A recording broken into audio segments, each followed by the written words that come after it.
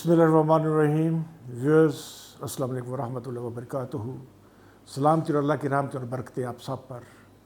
Allah's mercies and blessings on all of you. ہماری جو آج کی کہانی ہے اس کا جو تعلق ہے یہ ایک یہ کہہ لیں کہ ہمارے ایک سماجی مسئلہ ہے، ایک سماج کا مسئلہ. پچھلے مہینے مجھے گاؤں جانے کا اتفاق ہوا. ہمارا گاؤں ضلع نارووال میں ہے، آخری کے سرا اس کا کرتارپور، اور اس کے بعد ضلع سیالکوٹ شروع ہو جاتا ہے. تو صبح صبح ہم نکلے، ڈرائیور ساتھ تھا. تو جب جہلم کے قریب گئے تو میں نے اس سے کہا کہ بھائی مجھے جہلم سے آگے نکلے کہ کسی جگہ روکنا گاڑی، مجھے واش روم جانا ہے. جگہ کون سی تھی مجھے یاد نہیں پڑتا کہ وہ ضلع جہلم میں تھا یا ضلع گجرات کے اندر. اس نے ایک پمپ کے اوپر اس نے کہا کہ جی ٹھیک ہے، ہاں میں نے فیول بھی لینا ہے، کسی پیٹرول پمپ جو راستے میں آتے ہیں وہاں پر گاڑی روکیں گے، آپ واش روم چلے جاؤ، میں فیول بھی لے لوں گا. میں نے کہا فائن. وہ جگہ کون سی تھی، کون سا وہ پیٹرول پمپ کس ضلع میں تھا، جہلم میں تھا یا گجرات میں تھا؟ مجھے شک پڑتا ہے کہ وہ پیٹرول پمپ ضلع گجرات میں تھا. گاڑی روکی، ڈرائیور نے وہ فیول لے لیا، جا کے آگے کھڑی کی.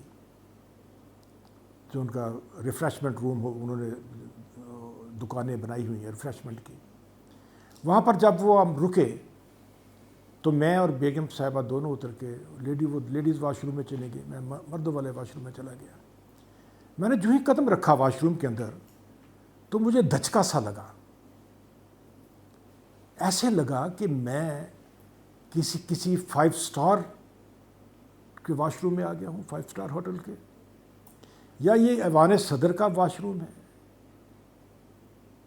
میں بہت حیران ہوا. واش روم استعمال کیا، اتنا صاف ستھرا، اتنا اپ ڈیٹڈ اور ویل فٹڈ کہ میں کیا مثال دوں اس کی. میں نے پہلے ایوان صدر اور 5 اسٹار کا حوالہ دے دیا.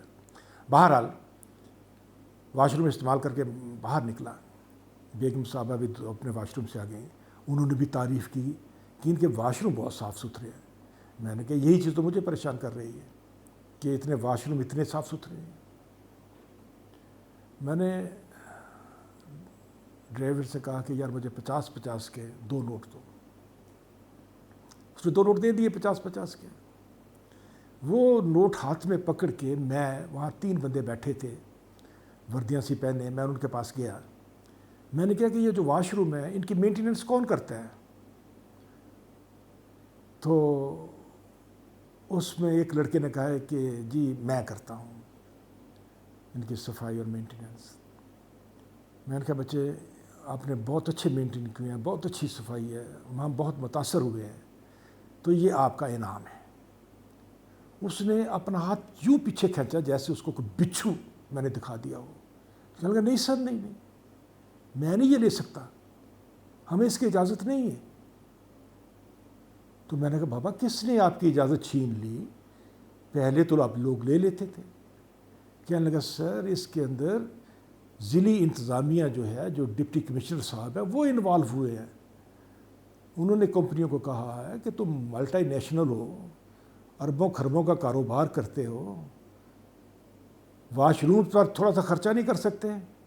یہاں پر صفائی ستھرائی مناسب اور اعلیٰ بلکہ اعلیٰ درجے کی ہونی چاہیے.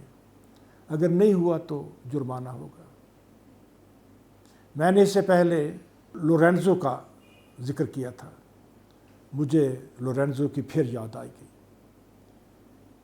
کہ وہ واش روم کی صفائی کا پروگرام چلا رہا ہے، اور الحمدللہ ہماری بیوروکریسی کی وجہ سے، ان کی تھوڑی سی انوالومنٹ کی وجہ سے ہمارے واش روم اتنے اچھے ہیں.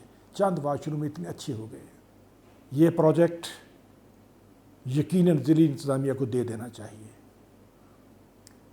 ان میں ہمت ہے، ان میں صلاحیت ہے، ان میں پوٹینشل ہے، ان کی تربیت ایسی ہے، ان کی کمٹمنٹ ایسی ہے کہ وہ اس پروجیکٹ کو آگے لے کر چل سکتے ہیں. اور آپ دیکھیں گے کہ چند ہی مہینوں میں یا میکسیمم 1 سال کے اندر اندر پاکستان کے تمام تر پبلک واش روم، ایوان صدر کے واش رومز کو اور کسی 5 اسٹار ہوٹل کے واش رومز کو شرمانے لگیں گے۔